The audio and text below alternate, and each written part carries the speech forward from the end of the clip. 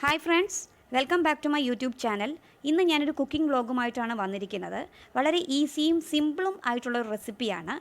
അച്ചാറാണ് ഇന്നത്തെ റെസിപ്പി. അതിൽ ഞാനൊരു ഫ്രൂട്ട് കൊണ്ടാണ് അച്ചാർ ഉണ്ടാക്കുന്നത്.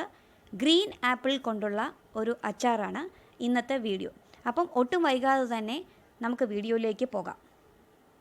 അപ്പോൾ ഇതിനായിട്ട് ഞാൻ 2 ഗ്രീൻ ആപ്പിളാണ് എടുത്തിരിക്കുന്നത്. അച്ചാറിനപ്പോൾ 2 കാര്യങ്ങളാണ് ശ്രദ്ധിക്കാനുള്ളത്. നമ്മൾ സാധാരണ ഫ്രൂട്ടായി ഉപയോഗിക്കുന്ന റെഡ് ആപ്പിൾ ഉപയോഗിക്കരുത്. ഇതുപോലത്തെ ഗ്രീൻ ആപ്പിൾ തിരഞ്ഞെടുക്കാൻ ശ്രദ്ധിക്കുക. ഗ്രീൻ ആകുമ്പോൾ നമുക്ക് കുറച്ചുകൂടെ പുളിപ്പ് വരും അച്ചാറിന്. അതുപോലെ തന്നെ പ്രിപ്പയർ ചെയ്യുന്നതിന് 5-10 മിനിറ്റിന് മുമ്പായിട്ട് വേണം ആപ്പിൾ അരിയാൻ, അല്ലെങ്കിൽ കറുത്തു പോകും.